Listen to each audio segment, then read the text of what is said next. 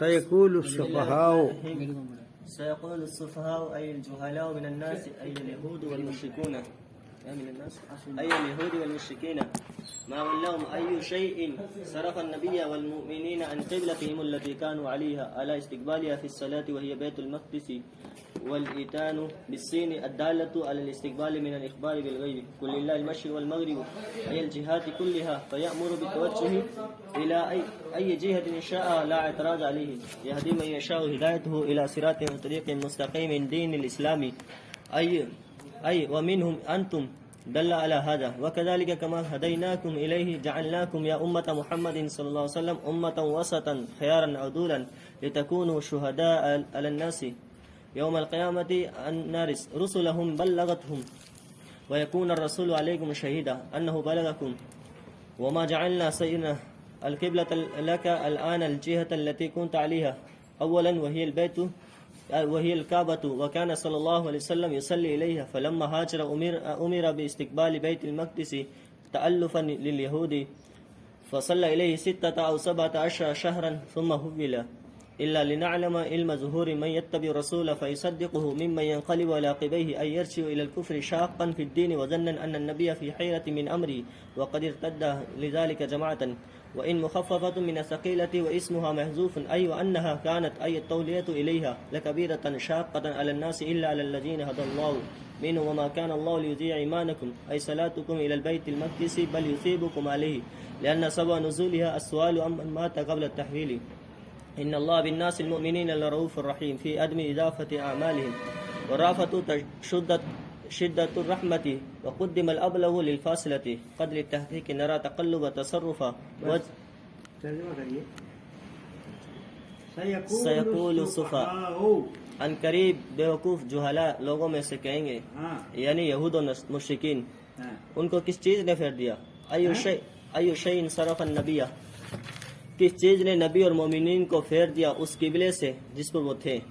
علی استقبالہا اس کے استقبال کرنے پر نماز میں اور وہ بیت المقدس ہے اور سین کے ساتھ لانا دلالت کر رہا ہے غیب کی خبر دینے سے استقبال پر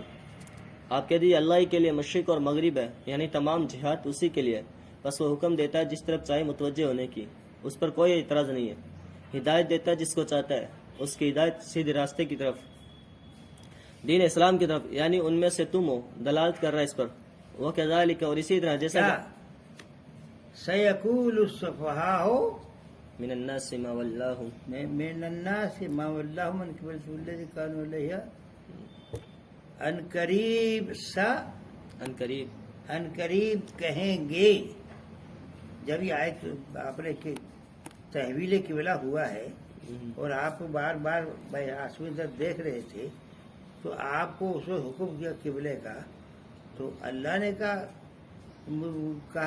کہا کہ ان قریب کچھ بیوقوف لوگ کہیں گے کہ کس نے ان کو پھیر دیا قبلے سے وہ کیا ہو گیا ان لوگوں کو کیا کہا انہوں نے ان قریب بیوقوف لوگ کہیں گے لوگوں میں سے کس نے ان کو پھیر دیا اس قبلے پر سے جس پر وہ تھے کس نے ان کو پھیر دیا اس قبلے سے جس پر وہ تھے ہاں آگے یعنی نماز میں اس کی طرف استقبال کرنے کی پر اور وہ بیت المقدس ہے تو یہ بیت المقدس سے بیت اللہ کی طرف پھیرنے کے آیت ہے ہے نا جی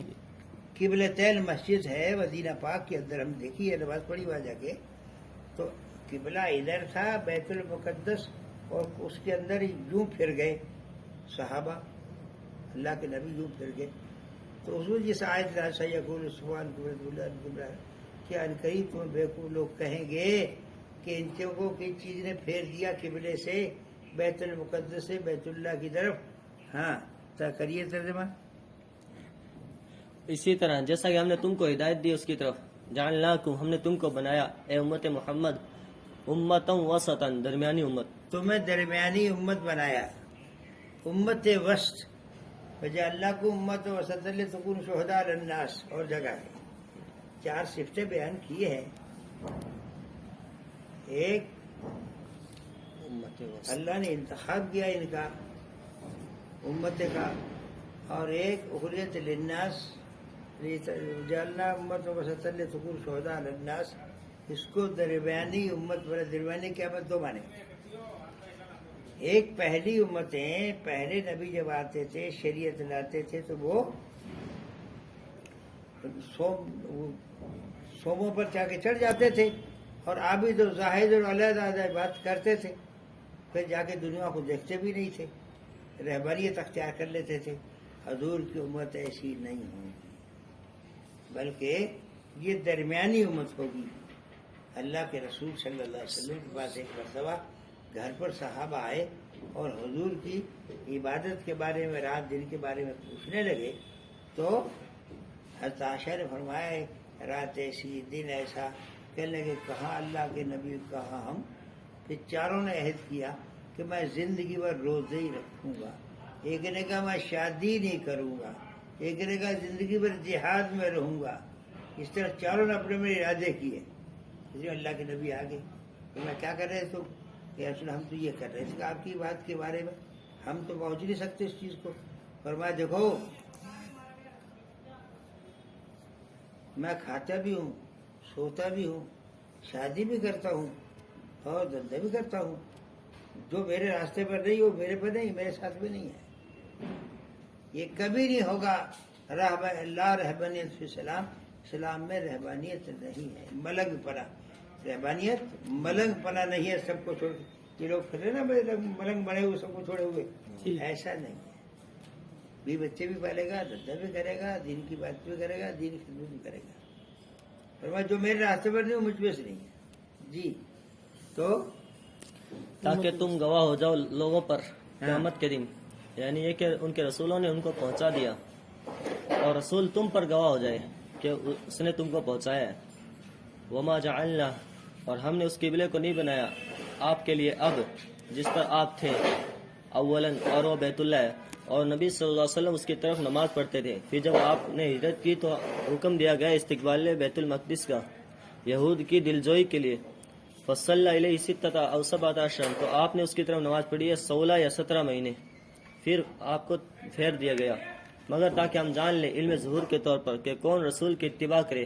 تو اس کی تصدیق کرے، اس میں سے جو اپنے ایڈی کے بل پھر جائے، یعنی کفر کی طرف لوٹ جائے، شک کرتے ہوئے دین میں اور گمان کرتے ہوئے کہ نبی صلی اللہ علیہ وسلم اپنے معاملے میں حیران ہے، اور اس کی وجہ سے ایک جماعت مرتد ہو گئی. ان مخففہ ہے ان ثقیلہ سے، اور اس کا اسم یہ محذوف ہے. قبلے کی تحویل کی وجہ سے وہ ایک جماعت مرتد ہو گئی. یہ غلط سے بات صحیح نہیں، اللہ کی طرف سے تھا لیکن جماعت مرتد ہوگی. جی وَإِنَّهَا، بے شک وہ یعنی اس کی طرف پھیرنا بڑی بھاری چیز ہے، شاق ہے لوگوں پر، ہاں مگر ان لوگوں پر جن کو اللہ نے ہدایت دی ہے. ہاں. اور اللہ تعالیٰ ایسا نہیں ہے کہ تمہارے ایمان کو ضائع کر دے گا، یعنی تمہاری بیت المقدس کی طرف نماز پڑھنے کو، بلکہ تم کو اس پر ثواب دے گا. اس لیے کہ اس آیت کے نزول کا سبب اس کے بارے میں سوال کرنا ہے جو تحویل قبلہ سے پہلے فوت ہو گئے. یقیناً اللہ تعالیٰ لوگوں کے ساتھ یعنی مومنین کے ساتھ محبت کرنے والا ہے، رحم کرنے والا ہے ان کے اعمال کے ضائع نہ کرنے میں. اور رأفت شدت الرحمت کے معنی میں ہے. اچھا یہ روزانہ سبق ہوتا تمہارا؟ جی کون پڑھاتا ہے؟ مول صاحب، مولا یونس صاحب. اچھا چلو اب کون سی کتاب ہوگا؟ ہدایہ.